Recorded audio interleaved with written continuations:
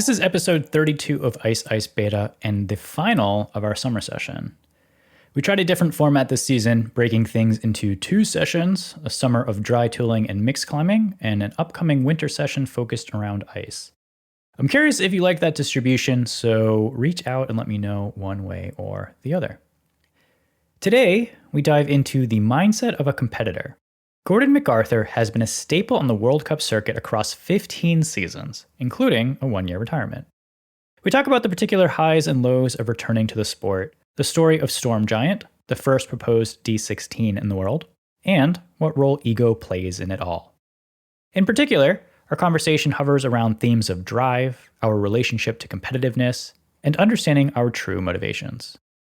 Before we get to our chat, I want to thank our sponsors for helping make this possible. While this isn't a money-making endeavor, it's at least not a money-losing one. So, big thanks to Anu and Furnace Industries for all your support, and cue to the ads. We get it. For us, ice season never really ends. It just kind of blends between rock, plastic, and plywood until waterfalls freeze over again. No matter how you climb in the off-season, Furnace Industries keeps you going till your next bout of screaming barface. With their gym-safe dry ice evolutions, you can keep up your fitness indoors. And if you're looking to challenge yourself on your home wall, they have the largest variety of dry tooling holds in America. Check out their full lineup of ice and dry tooling gear at furnace-industries.com. Because for us, it's always ice season. Hi, it's Katie McKinstry Stylos. And when it comes to winter climbing, having the right gloves can make or break your day on the ice. With Anu, you're in good hands, a small boutique brand founded by passionate climbers for climbers. The mission is simple, to create the best ice climbing and dry tooling gloves that are durable, dexterous, and waterproof. Personally, I can't imagine climbing any day on tools without my Anu gloves. Whether I'm on a steep pitch and highlight climbing in my Vincent lights, belaying in the bingo cave with my Vincent mitts, or climbing at my limit in the Dolomites of Italy. They're my reliable partner in the cold and on tools. Experience the difference with Anu. Check them out at anu.com. I don't know how you do this, but you've been competing for 15 years, and you actually retired at one point, but you're back in the game, and I'm wondering what's keeping you going? You know, I remember the moment that I decided, like, I'm totally over it. We were in Inner Mongolia, and the conditions were absolutely awful. You know, it was minus 40. There was no heat for the athletes. Our food and water was freezing. The police didn't want us there. It was really overwhelming. It was very hostile. And so I remember just thinking to myself, like, I just can't keep doing this. And I think that was 2017.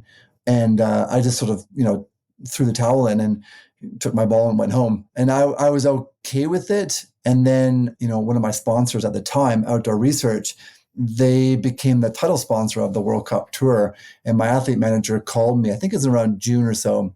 And he's like, so we have a bit of a problem. He's like, we've just become the title sponsor of the World Cup Tour, and you were our only athlete that competed. He's like, I'm going to kind of need you to come back. And the weird thing about that was that at first I was like, no, I have no interest in it. And I had just since then moved. And so I took down the Great Arch, if you will, and didn't have any training. And so I kind of had moved on. And I said to Christian, was his name, I don't have anywhere to train. And he's like, well, what if we helped you with that? And I said, okay. And I said, well, I don't really have the budget to go like on the World Cup Tour. And he's like, well, what if we helped with that? And so that all of a sudden this weird like inspiration just flooded me.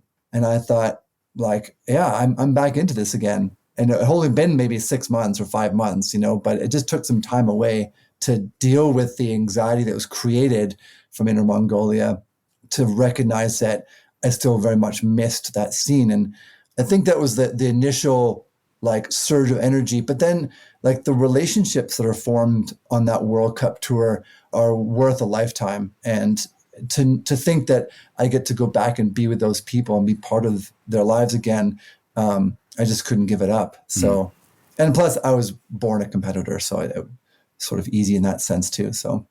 Way to milk your sponsor. Yeah, totally.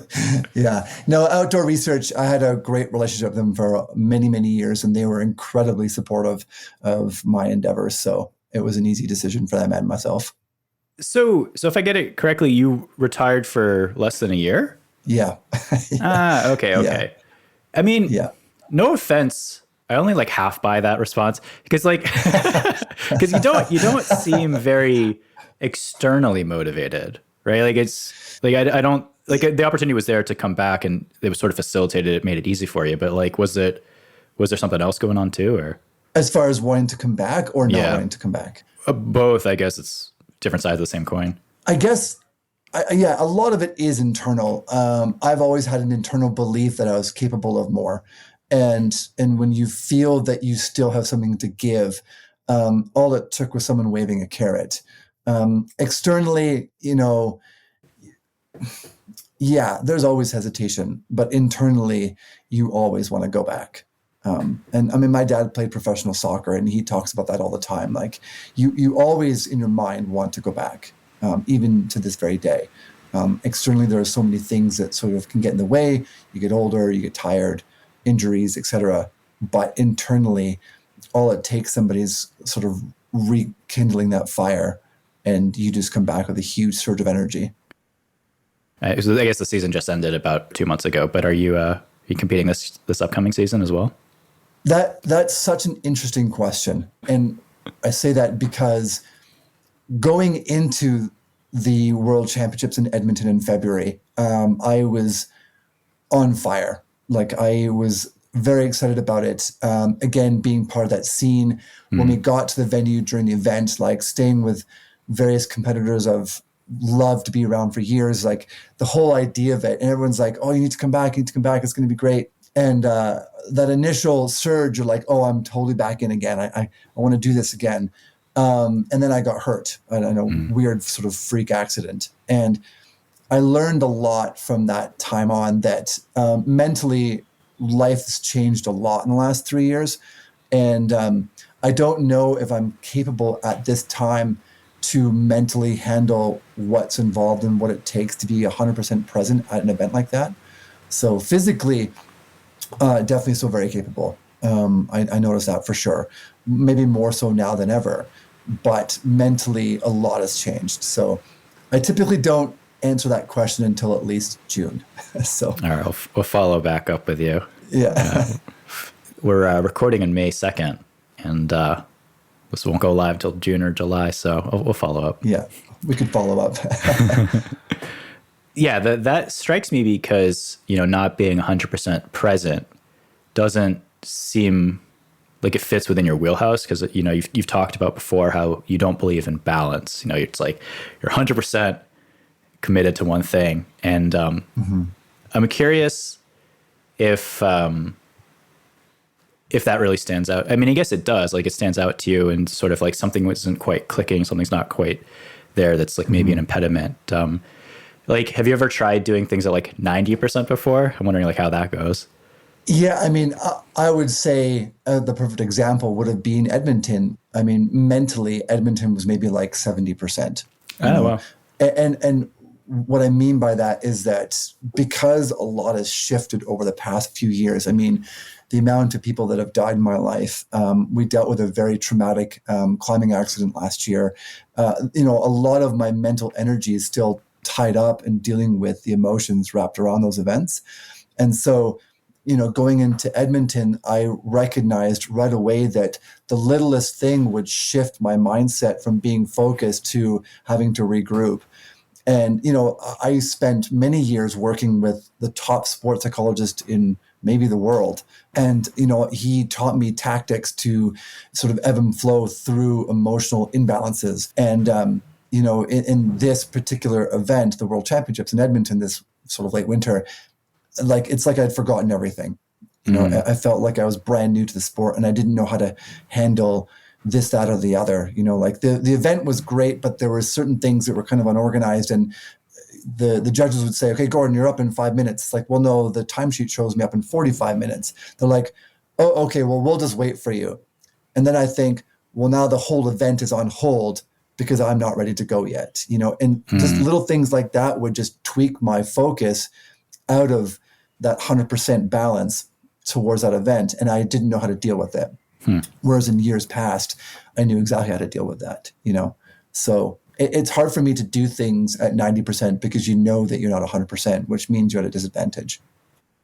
With the luxury of hindsight and having some separation now, it sounds like maybe you're processing a lot, and a lot of that, takes time to work through and come to grips with. And I don't know. I guess I'm just thinking about my own experience and not high level competition, but I've experienced burnout in startups, for example, and the only thing that I can think of is just I need to get away. And I don't for a while I kind of experienced I don't know if I would call it PTSD, but every time I would hear about startups, I would just get this curdling in my stomach, and I didn't even want anything to do with it. No media. I didn't care about what my friends are up to. I was like, don't talk to me about it.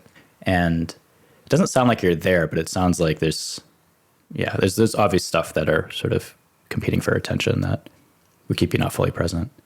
Yeah. I use my dad as a great example. He played professional soccer when he was younger, and, he would tell me stories of all these great moments. And I find with my daughters, I find myself in the same position now of always going back to, 2014 was one of the best years ever because we went to the Olympics that year, and it was just an incredible time. And, I'm reminiscing about these stories that happened a long time ago. And there's certainly part of me that doesn't want to let go of those times, and it's not necessarily about the competing. It's more so the experiences we had whilst competing. And I always struggle with change and moving on, and you get older and whatever. And so I think a lot of Edmonton was wrapped around a time that used to be.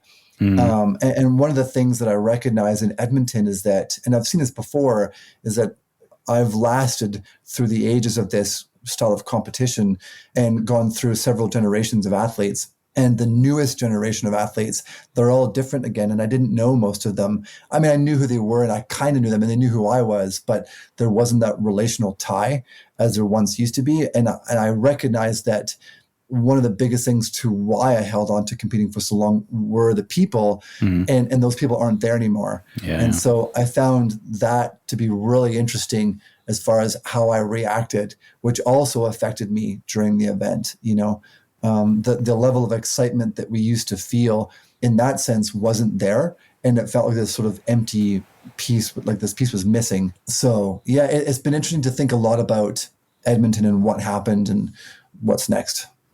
Do you think you'll play a role with the next generation of Team Canada? That's also an interesting question because I've been down that road before. Back in the day, I brought in the likes of Noah Beek, who was a rising star. Same with Innika Raybergen, and there's been, and Carly Kane. The three of them, they were all North American champions. They were rising stars, and they had it. And so I've been down that road, and it's a very committing road. But more specifically, where I live, it's very hard to bring people up in that scene because we're very much separated. Canada's a big country. It's wide. And so, in the US, there's these hot pockets across the country, and it seems like they're more accessible. Whereas in Canada, you've got us, and then you've got, 8 hours to Edmonton, and then you've got a plane ride to Toronto or whatever, it's a lot harder to do in Canada. And it's also very time consuming. So, that's a tough one for sure. Speaking of which, because it's not as if the scene in the US is overly robust, but there are a few dry tooling gyms, and you actually own a gym. Why don't you allow dry tooling there? This is a question from Kendra. Yeah. So, in the height of when I first opened the gym, of course, most of my ambition was based on I wanted a place to train. So, at the time when we opened the gym, Innika Raybergen and Noah Beek, they were also competing with me. We had a great little team. And so we actually did dry tool in the gym. It was mostly for us. It was insurance reasons why we couldn't own a dry tooling gym. Plus, it's really scary to sort of not be in control of people with ice axes, to let people kind of loose with ice axes in a gym when you're the owner. Yeah, I bet. It's scary. And then too, there's things like dropping ice axes and ripping mats and whatever else, when I look at the ice coop, in Boulder in Colorado, that's a dry tooling gym, and tools fall and they bounce and they tear carpets and they have plywood to kick into, and it's like kind of a free for all. And it's great. It's an amazing venue. Whereas in an actual climbing gym, it's hard to control sharp things flying around. So insurance was an issue. And so, it sort of was limited to myself and the other athletes who competed. Plus, also, dry tooling isn't a thing where I live. But it could be. It could be. This past season, I was training a lot in my gym, and a lot of people asked me like if they could bring their ice axes. And one person didn't ask, but was doing it. And I came upstairs. Oh, that's ballsy. Yeah. And I was sort of just watching for a second, and it was very, very chaotic. And I was like, nope. So, yeah. Okay. If it was more of a controlled environment, it could still be a thing, but it would have to be a very controlled environment. It's interesting, though, because I don't want to make an assumption, but you'd think that like an outside observer might say someone who's been so dedicated to dry tooling and competing would be one of the people that would be trying to drive adoption maybe more so. I mean, I can totally understand where you're coming from a liability and gym ownership perspective, but you are also like more easily set up than most to be able to like facilitate dry tooling. So I guess I'm just wondering like if it really is just the liability that's sort of like that impediment, or, if you're trying to create more distance or something like that. I love the question actually. And it makes me just want to be fully transparent. I had a great conversation with good friends of mine, Angelica Rayner and Marco, her partner. We were in Italy once competing, and he made it very clear to me, and I completely agreed, that to be a competitor, you can't be a trainer and you can't be a coach, because the distraction takes away from your 100% focus. And so there was definitely a big part of selfishness. Like, it was my sport. I wanted to do it without distraction. Yeah, sure. And I didn't want to be responsible for others. And although I loved the idea of being part of Noah and Carly and Inika's journey, at the end of the day, it was a distraction. Like, there was emotion attached to coaching them. And, there was also the competitiveness of coaching them and competing against them. Bringing Noah up, there was a difficult time for me in that at the very start, I was better than him. I was the North American champion twice. And then as he got better and better, not to say only because I was coaching him, but I was trying to coach him to be one of the best. And that time where he sort of surpassed me, it was a very difficult thing for me to swallow. And I didn't want to have to deal with other people and coaching other people and go through that again or whatever. So there was definitely a level of selfishness that sort of kept me from kind of opening up that world to the general population, to be honest. Yeah, no, that's understandable. And it seems like I'm putting myself in your shoes. Like, a lot of the people that you came up competing with, like Angelica's a good example. She retired, 5 years ago, if not more? And yeah, something like that. There's only a handful from that generation that are still competing. I think Masato and... Oh, he was even later than that. Like, Masato came on much later. Oh, okay. I would say there's basically nobody left. Oh. There's the odd, like, with the Russians out. Yeah. I mean, like Nikolai Kusevlev, he's a great friend. He if the Russians were allowed in, he'd still be competing like on the World Cups.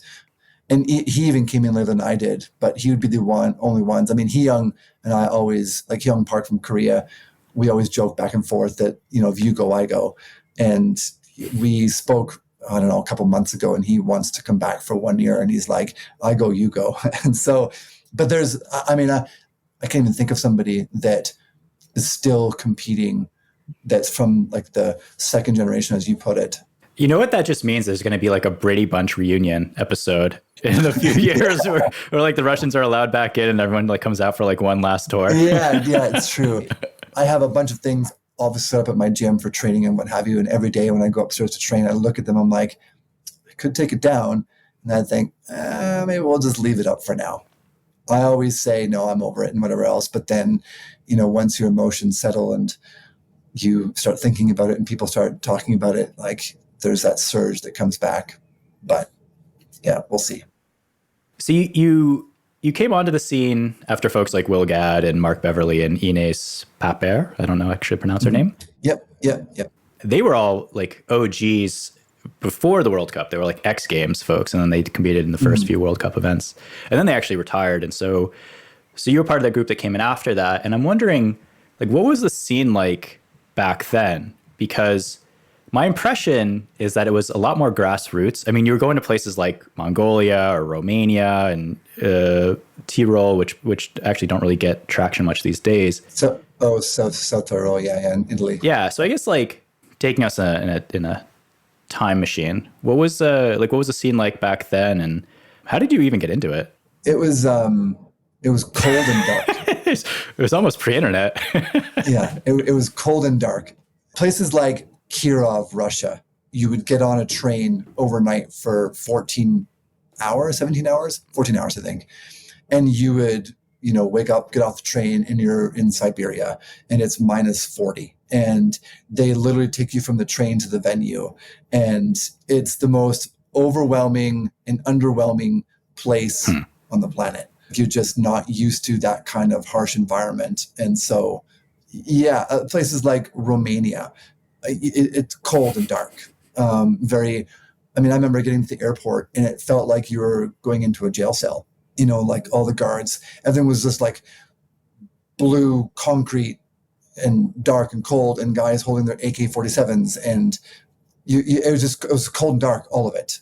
But then there were places like in Italy and Rabenstein, it was beautiful and bright and oddly always warm, so it was raw, I would say. The best word when I got into the scene would be raw.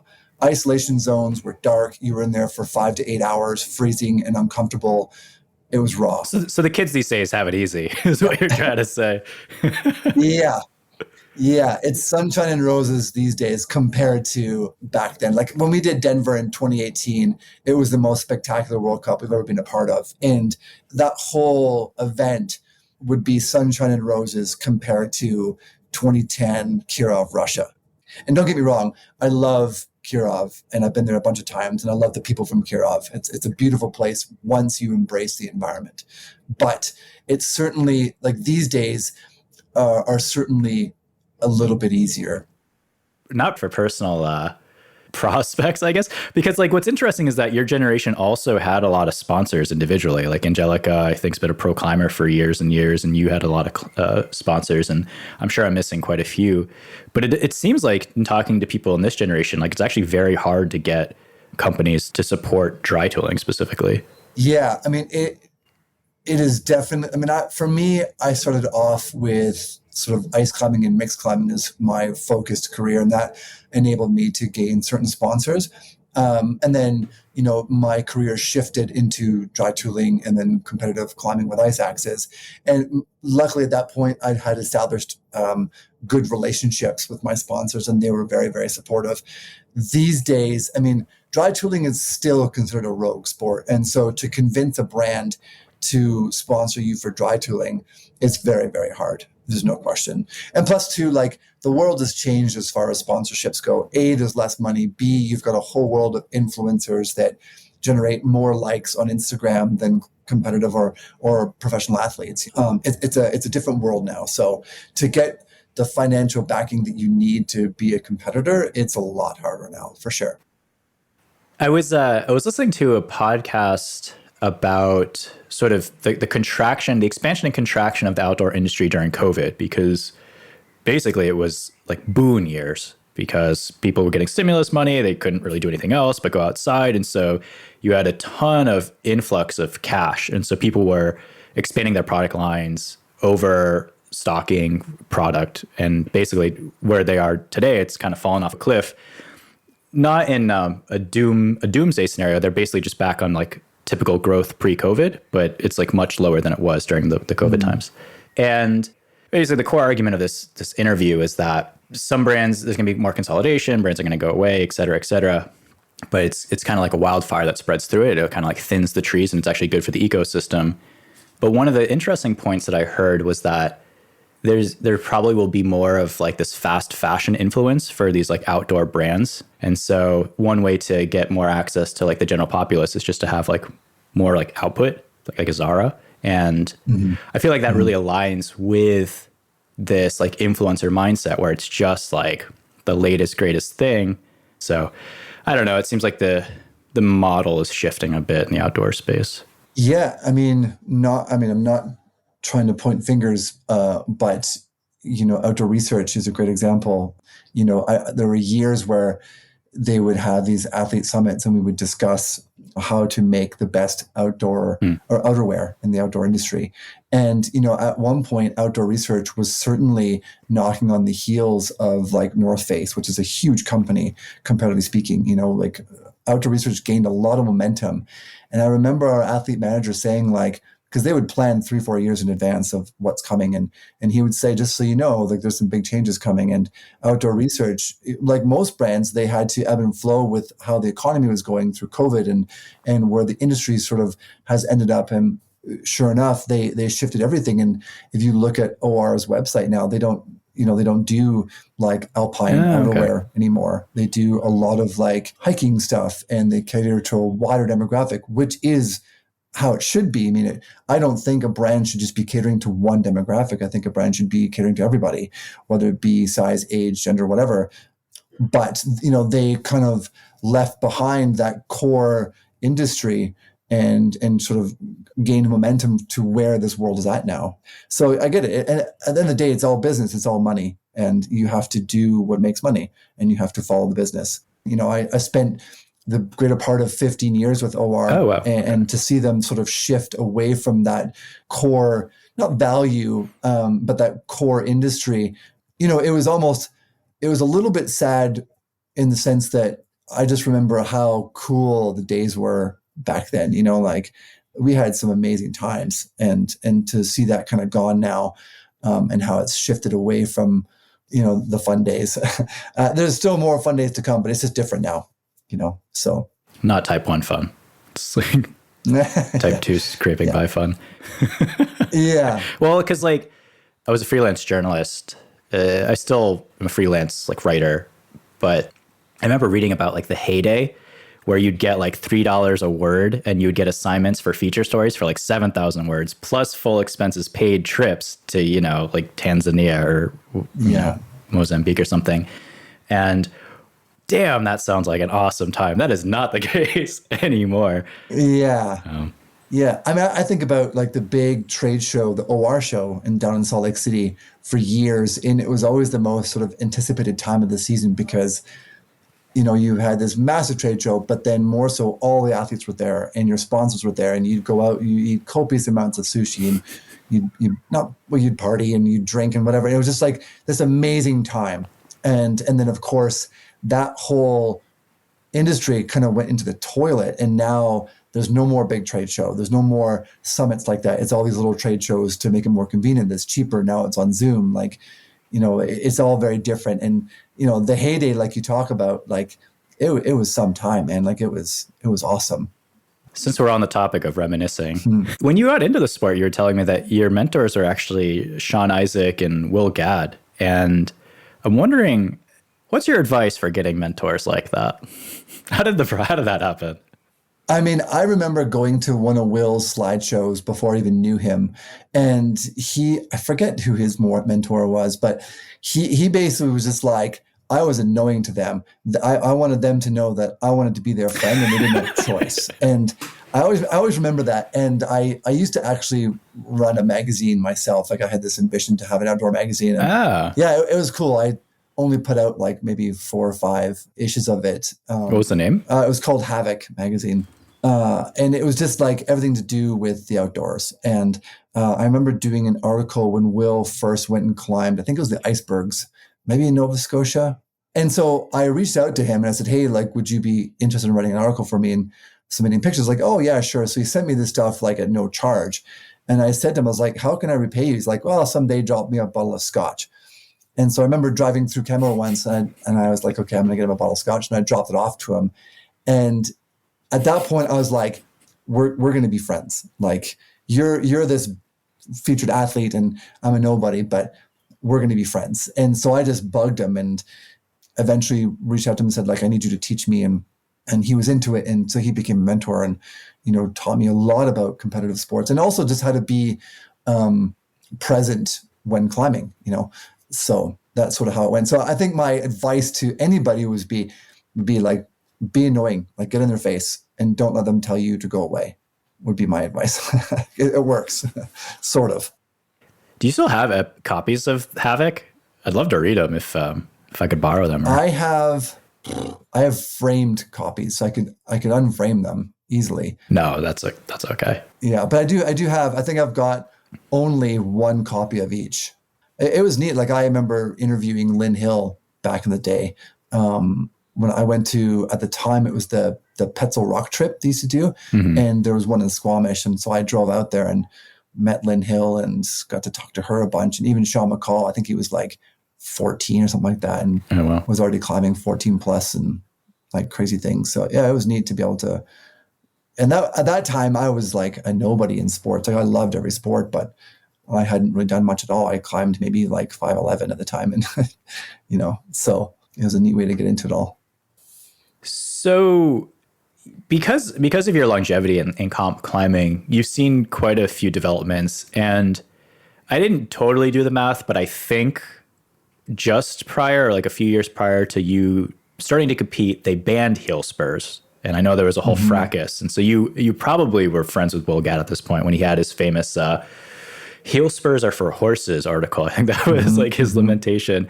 And I'm wondering, is that accurate? Were there heel spurs when you were competing, or? When I was competing, no. Heel spurs, I think the year I started was the first year they were taken out. Okay. Did you ever climb with them? Oh yeah. Yeah. But yeah, they're scary, like, and I love the video still to this very day of why Will wrote that article. Like, I think he was on Musashi, which is, one of the world's test pieces for mixed climbing, and still is in my opinion too. And he had a heel spur in one of the holes, and both his axes blew, and he swung and his heel spur held him. And so he's dangling literally with a lot of force, swinging upside down. And he's like, whoa, check it out. Like, he just couldn't believe that he was still hanging there from the heel spur. And that's when everything shifted, like, when you fall, you fall. There shouldn't be something catching you to keep you on. And so the fact that his heel spur kept him on, I think, is what inspired him to write that article. And then, it caught wildfire, and then the whole world sort of shunned heel spurs. You also seem to be close with Sean Isaac, who was sort of like I don't know if this is accurate, but like the godfather of mixed climbing in Canada, or at least maybe around where you were. Is that accurate? Yeah, I mean, Sean played a huge role in the beginnings of mixed climbing in Canada. Like, there's a famous place called Hafner Creek, and it was very, very world famous, and still is, as like one of the first dry tooling crags, maybe in the world. And there's a cave at the very back, and Sean and several, like JD LeBlanc and Jim Donini, like they put up the beginnings of that world. Like, Caveman was the first M10 in the world, I believe, and that was them doing that. And of course, like, I don't quite remember the exact history, but they put up that, which inspired then the Cineplex, which Will and several others had put up at the time. But I would say, Sean was certainly at the forefront, especially the bigger wall stuff too, in the Ghost Valley, which is a very popular area in Canada, North America, the world. They put up cryophobia, which was the coolest thing on the planet. So I remember taking my very first mixed climbing clinic with Sean, and it was hilarious. Like, I think it was actually Barry Blanchard was teaching the ice clinic right beside us, and he looked at my gear and he's like, I remember that stuff. And I'm like, that means it's old.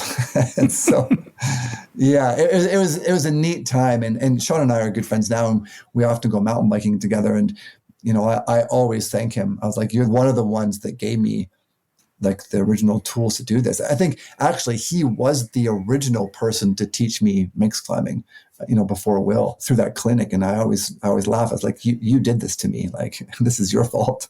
I'm wondering about, your own mixed climbing development, because you ended up getting really kind of knee deep into like really hard dry tooling. Maybe we can just talk about Storm Giant. And I would imagine, Will and Sean and Angelica and all these other folks that you met along the way were part of the journey that led to this climb.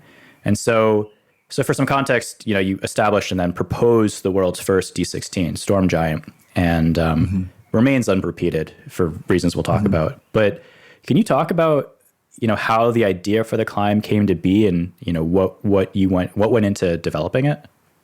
Well, I mean, I would say the real inspiration for that style of climb / that route came from Europe. Like, I was very lucky to become good friends with like the likes of Jeff Mercier, who, in my opinion, is still the strongest climber on the planet. I think he's 50, and he still is stronger than anybody out there.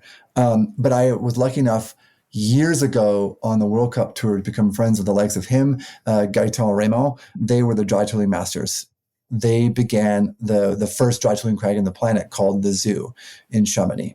And it was legendary. And, that style of manufactured pockets and gymnastic style movement, like, I was enthralled by it. And then they began this venue called Usine, which became the world standard.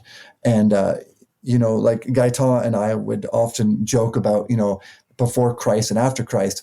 Well, there's before Usine and after Usine, and we'd always relate everything. And, when you would come back to North America, it was always a little bit sad because that just wasn't here, that style. And I just loved that style. And so with the Storm Giant, a friend of mine sent me a text one day and he said, "Did you know that this cave existed?" And I just freaked out, because the opportunity to have a cave like that so close to my home, never mind North America. And when Noah Beak and I first went there, we're like, oh my gosh, we've hit the lottery. This thing is massive. And we started bolting right away. So all of the inspiration for that cave certainly came from Europe.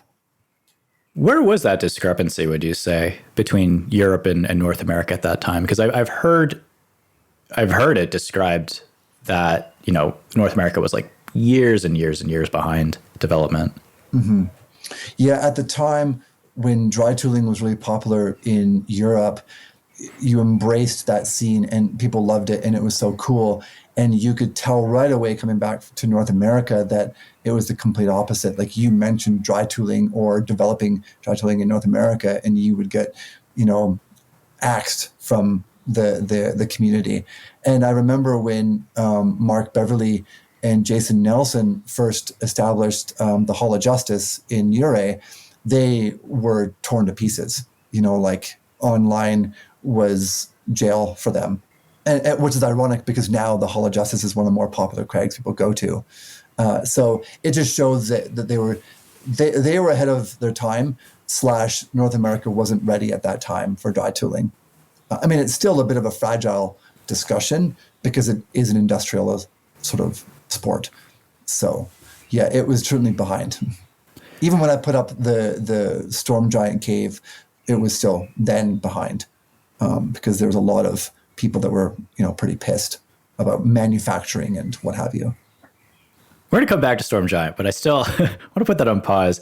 I mean, it does seem like dry tooling, there's this traditionalism in North America that seems to follow different veins, because it seems like dry tooling is very similar in concept to sport climbing. Obviously now sport climbing is immensely popular, probably the most popular discipline. I don't know about how it compares to bouldering, but I mean, if it's a similar trajectory and we're talking about, let's have a very pessimistic outlook on the future and say that climate change continues to get quite bad and we have more shit winters. Mm-hmm. I mean, dry tooling could conceivably be the future of ice climbing. So it's not far-fetched to say that there will be a lot more dry toolers in the future.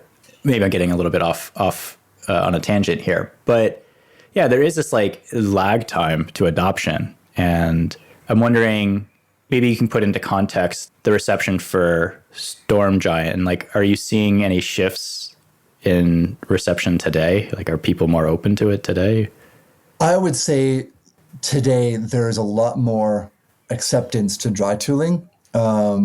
For sure, more in the US. I mean, guys like Kevin Lindo, who's a really good friend of mine, he has been working very hard at populating that sport and doing very well with it. The comp climbing scene in North America has gotten more popular.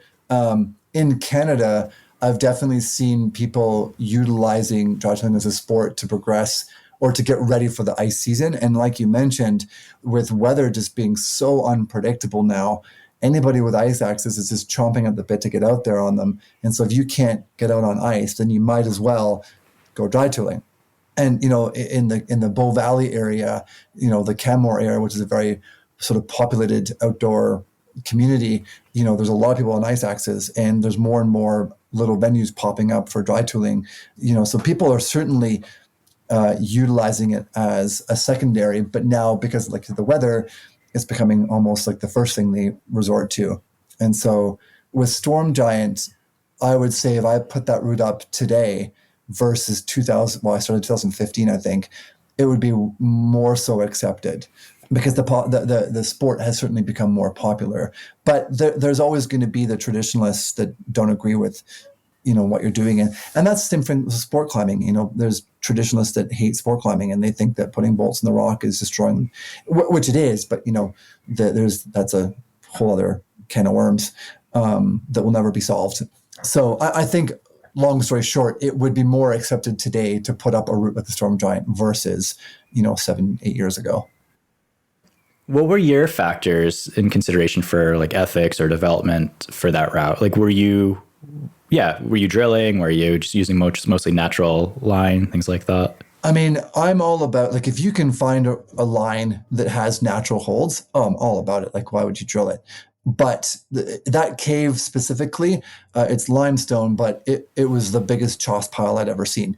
The loose rock was insane. I remember there was a section, maybe like 2/3 way through the route, and it took me 5 days to put in 3 bolts because you were just like constantly like digging, trying to find good enough rock. And to the point where I would put an 8-inch bolt and think, oh, maybe it'll hold, And actually a friend of mine, Kevin Wilkinson, who established many popular venues like Maple Canyon and like the Pipe Dream, he bolted that, and a lot of 10 Sleep Wyoming, he bolted a lot of that stuff. And so he was like the master at dealing with, crappy rock or whatever. And I brought him up for a week, and he was shocked. He couldn't believe the amount of choss. And so for that particular cave, you had to make sure that the holds were deep and good and in decent enough rock that it wasn't going to blow apart and hurt you or the belayer or whatever. And actually, funny enough, I was gifted something by Inika years ago. It was, she was belaying me in that cave, and I knocked off a huge chunk of rock and hit her in the face and darn near killed her. Oh, wow. Yeah. And so what we were talking about the other day, and so it's funny we're talking about Storm Giant and all the choss, because that place was quite a dangerous venue. Like at any given moment, rock would just fall from the top of the roof, and you're just like, oh gosh. So for me, there was no question about industrialism in that cave. Like you would drill and drill and drill and drill. And I had no problem with it because I was so wrapped around the dry tooling scene that it's just something that you embraced and were excited about. It was a visionary project at the time, but it wasn't widely accepted. I'm wondering if you can talk about the context around like pushback that you were receiving, because you ended up establishing it and sending it, but no one's been able to repeat it because basically it's inaccessible now. So what happened there? Yeah, I mean, there was this political debacle that sort of came about. There's a group of people that, let's call them naturalists, in a community just next to ours. And of course, when I came upon that cave and realized the potential, I was very much social about it. It was very exciting. And I've never really been one to keep things a secret and, I won't tell anybody and whatever. It's I was like, this is the coolest thing I've ever seen. You all have to know about it because I'm so excited. And of course, with that sort of social outreach, this sort of naturalist group had heard about it, and, they went there and saw, gear hanging from the roof and ropes everywhere and whatever else. And so they went to the Ministry of Forest and complained about it. And so although it's on Crown land, in which that means it's sort of open land, it's not private or protected, there's still associations that manage that land. And it just so happened that the head person was a part of that group, and so then it became political. And so at that point, then they raised concern about the environment and, hibernicular bats and the white nose syndrome and what have you, which I understand. But what I kept hearing was, well, we're looking into it. Well, we haven't found anything, but we're looking into it, and I kept getting that. And so I was like, well, here's the thing, like, I understand your concern for me being in there, but it's also one of the most high trafficked tourist traps we have as far as things to see. So in the summertime, when we'd be at that cave, you'd see like a couple dozen tourists from out of province making loud noises and dogs barking and leaving garbage behind and whatever else. It's like, so you're focusing on one single climber, yet you're not worried about the droves of tourism / even in the wintertime, the sled necks that would be ripping up over the cave, which we would be in the cave when sledders were going past. And it's like this roaring, thunderous noise, yet they still focused on one single climber. And that's when I knew it was very political, which it was really unfortunate because I spoke with somebody who kind of knew about that group. And he's like, you didn't have a leg to stand on because they were so against what you were doing in there that they were willing to go to the ends of the earth to stop you.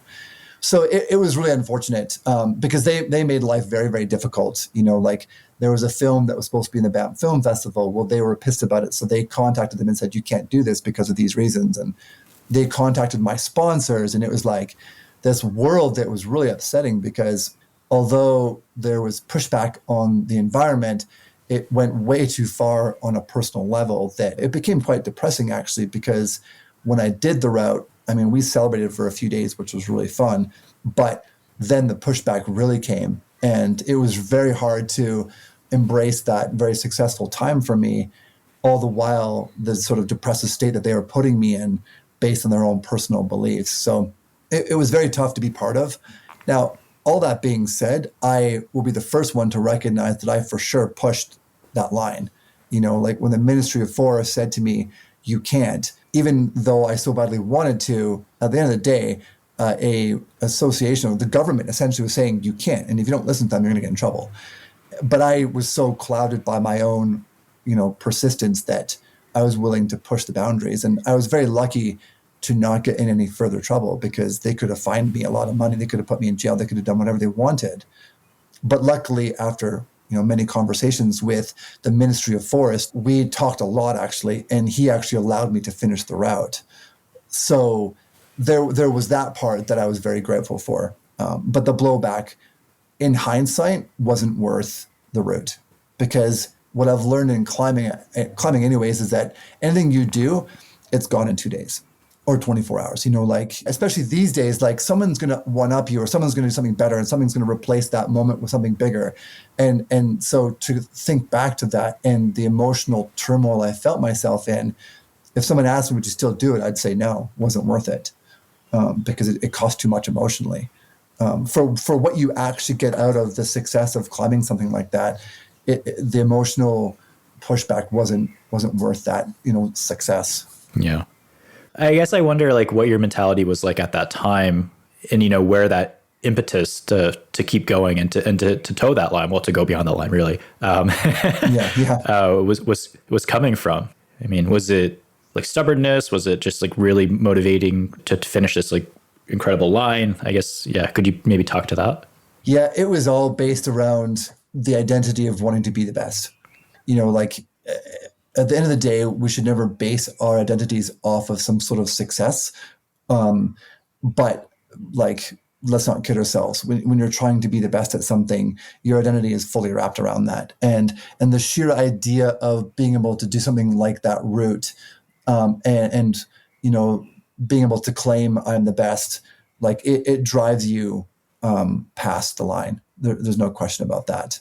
And that's essentially where it all came from. Like when you're in a professional world, you always want to try and be the best and you want to be the most popular and whatever else.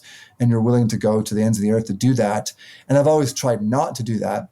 But with that particular route, I certainly, pushed lines. And it's interesting, the guy that was filming the project for my sponsors, he came out, I think it was late 2016, December or something like that. And I was failing on the route halfway. And that had been about a year of doing that. And I remember him calling me. He's like, maybe we should just chop this one up as a failed project and we'll do the film that way. And I was like, yeah, but I'm not dead. Like why? And I felt that was to do with money and I'm not sure. And I like the guy who did it and it's all good. But that just, it created this surge inside of me. And then I remember in the springtime of 2017, even into the summer, I still couldn't get past halfway. And I felt like maybe he's right. I remember coming back to my gym one day, and a friend of mine who unfortunately since passed away, he was in the gym, and I told him this, and he's like, you know what? He's like, fuck that. He's like, go and get that fucking route done and do it today. Ish. And I was like, yeah, like I just got so fired up. And then the next day I went and I sent the route. And so like, it was such a roller coaster of emotions, whether it be the political debacle or, someone saying maybe you can't do it. Like I wanted to have that accomplishment of A, doing that route, and B, I wanted to be one of the best. And so that motivation all tied together gave me this surge of power that like I'd never experienced before. I'm going to try some reverse psychology right now. Let's see how it works. I bet you can't create a dry tooling community centered around your gym. Yeah. I think about things like that. And I also think that particular route made me tired, even to this day. Like people have often, even I was in Italy last October, so 2023 fall, and I went to where the newest, hardest route in the world is. And a friend of mine, Kevin Lindau, was working on the route, and he's like, oh man, come on, you have to get on and try it, blah, blah, blah. And I was like, I just don't have the energy to, like when I think back to Storm Giant and what that took, what it cost, time, money, energy, and to put that in perspective of a new route, knowing what it would take, I just don't know if I have that level of energy anymore. And so when I think about things like the dry tooling community and knowing the energy and level of time that it takes, or duration of time that it takes to do that and commitment, I'm not sure that I have that anymore. You get tired, you get maybe even a little bit jaded. Yeah, understood. The outdoor industry is a pretty harsh industry. And so you just get tired of like hustling and whatever. So I'll stop ragging on you. You seem a little I'm sensitive. No. From not knowing you really at all, you seem like you're a little like kind of tired of the scene, like a little just maybe not burned out, but like you could use some time away. Oh, I think that's a very like legit statement, whether it be tired or burnt out. I mean, I spent the greater part of 15 years trying to, push my own personal levels at the same time, trying to be one of the best. And it took so much effort. And so, like the idea of just like having fun and not worrying about having to perform or to be somebody or to perform for somebody, like you can see that light, So there's still motivation in there 100%, but it's a little harder now for sure.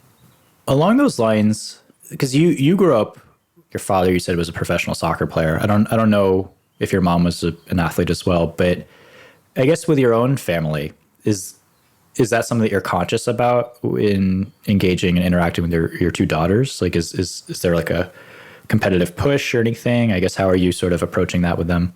The interesting part about my upbringing, it was very broken and pretty rough. And so I was never really pushed by my parents because they weren't all that present. With my particular daughters, they're both athletes performing at a pretty high level. Like my one daughter, Kayla, climbs at a very high level and is, going to nationals in 2 weeks. Oh, wow. Okay. And, my other daughter, Malaya, is at a very high level of gymnastics and wins all the time. And, it's incredible to watch them. Do I push them? I just watched that really great docuseries on Netflix about David Beckham, and he talked about how harshly and heavily his dad pushed him in soccer. Now, David Beckham became one of the greatest players to ever live. So do I push my kids that hard? Heck no. Like, I don't have that desire to not to say I would wreck their lives, but I let them make their own choices. If they say to me, oh, I don't really feel like going tonight, I will push them. But do I push them in a way that's going to hinder our relationship? No, not at all. Yeah. I want to clarify. I don't think I said that you push your kids. No.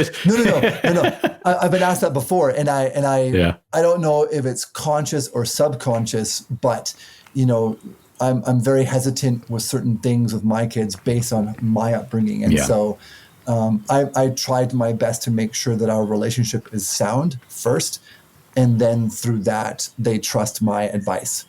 Like I coach Kayla, for instance, the last 8 years, and and I've helped Malaya a lot through her mental push because of my own experiences and my own time spent learning about mental toughness. And so I think the level of respect they have from me as an athlete gives them motivation to push themselves. You're wanting to ask something, I can see it. That's what I'm here for. Yeah. I feel like we've just kind of been circling the drain, and I feel like I'm pushing too hard in this topic, but it also seems pertinent. I guess, like you said, June, sort of when you'll have a better idea, but do you have a sense of like feeling internally, like when you know that you're like ready to move on? Like, is it going to be, like, I wonder, like, if and when you make that determination, like how it will feel. Because sometimes, like, when I've stepped away from something, it's just like a unbearable lightness, and it feels right. Mm-hmm. I think, the weight of feeling like I have to perform is what will eventually be the ultimate release. Right now, ironically enough, after the accident in Edmonton, I've lost a bunch of weight, and all of a sudden, like rock climbing wise, I'm climbing probably the strongest I've ever climbed. Interesting.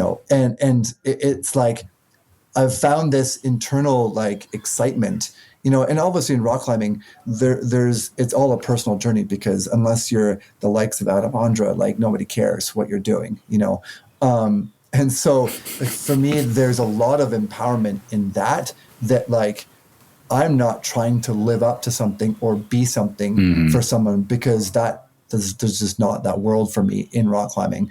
And there's so much freedom in that. And I've found the joys of having, kilter board sessions with my friends, whereas like I remember in November, all my friends would be in the gym on the kilter board or whatever, having this great session. And I'm upstairs by myself with my ice axes, like lonely. It's just like the draw to being free of that commitment. I can certainly feel it pulling more and more. Do I feel like I still have something to give to the world of competitive mixed climbing? I do. I know that I'm strong enough to still compete and perform. But what I'm starting to realize is that maybe my mindset isn't in the right place anymore to do that. Because you can be as strong as you want, but if you can't mentally handle it, then there's no point in being there. And so what I know about myself in these past 3 years, my brother died a few years ago, and friends have died, and we dealt with a very traumatic climbing accident last year, and it's working out, which is great. But there's so much emotional weight attached to those things that I know that if I can't work through that stuff, then I can't compete, because it will forever weigh me down. So I guess what I'm saying is that right now I'm very much working on myself to work through those traumatic events and the grief. And if I can bring myself to a place where I know I can handle a competitive environment, then I'm probably still in. But I know that if I'm not ready, then I'll step back. The nice thing So I kind of circle the drain again there, but that's what we do. So that's what we do here. Well, the nice thing about climbing is you tend to be able to go to very beautiful settings, typically much warmer than for ice. And Angelica just got back from Sardinia, so there's always that. We were talking.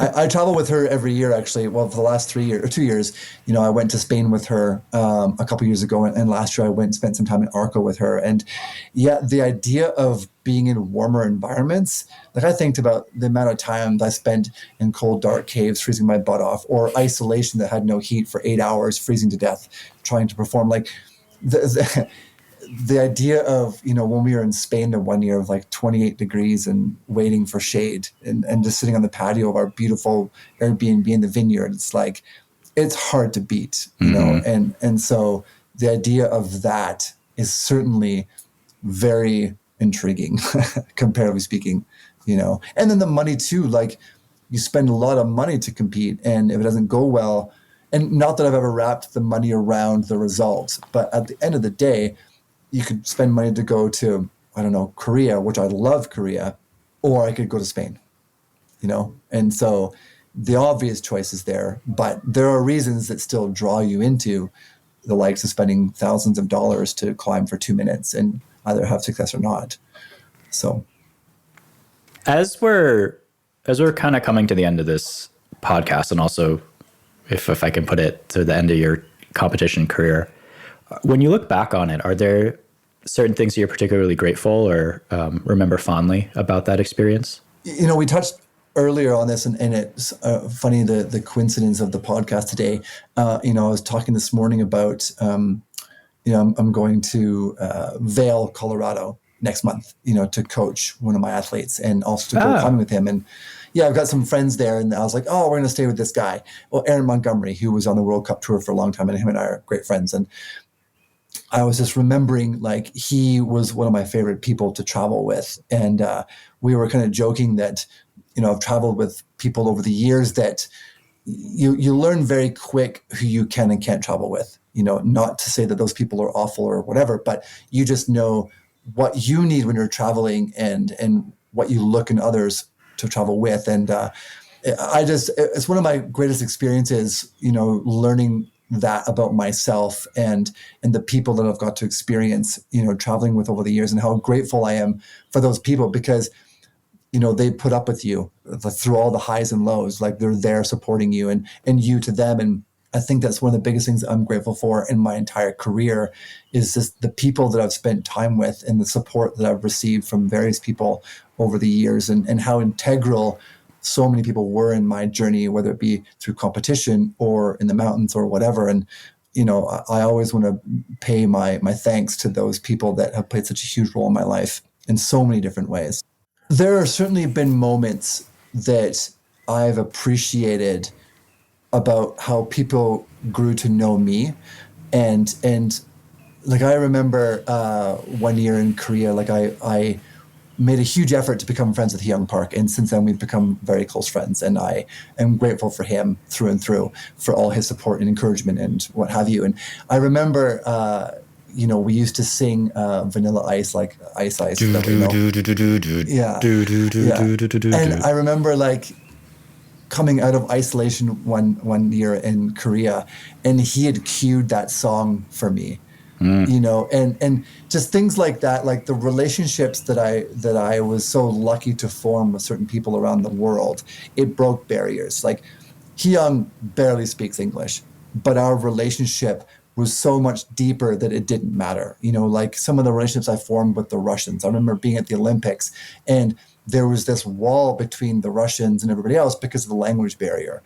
And at the time, Urs, the president of the UIA Ice Climbing Commission, who's now, I think, the coach for Team Germany, the rock climbing team, he was like, what do we do? And I said, we need to go have a party. We need to go for dinner and drink some alcohol and just like put everybody at the same table. And we did, and it broke barriers. And so I was so grateful for being, I think I played an integral role in breaking those barriers.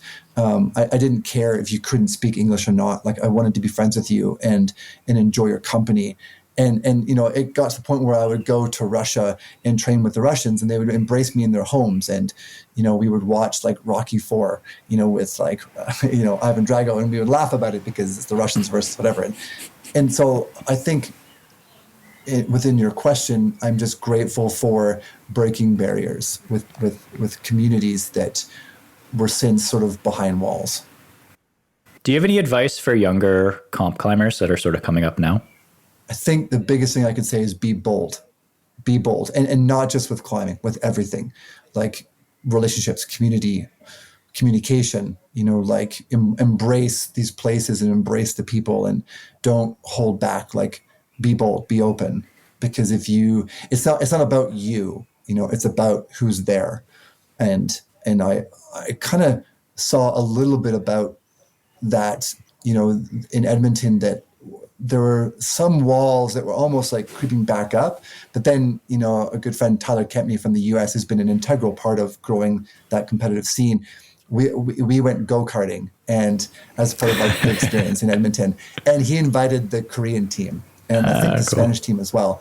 And it was awesome. Like we all raced together, and you could see that people are still trying to, work at keeping those walls down, despite language barriers, and so I would say, like, keep that going, don't let walls go back up. This is the last question that we always end on, even though in some episodes you will not hear me say it. I'm trying to make it a thing. I'm trying to make fetch a thing. If gosh, that dates me so much. If you were to give your younger self a piece of beta, what would that be? Don't give up.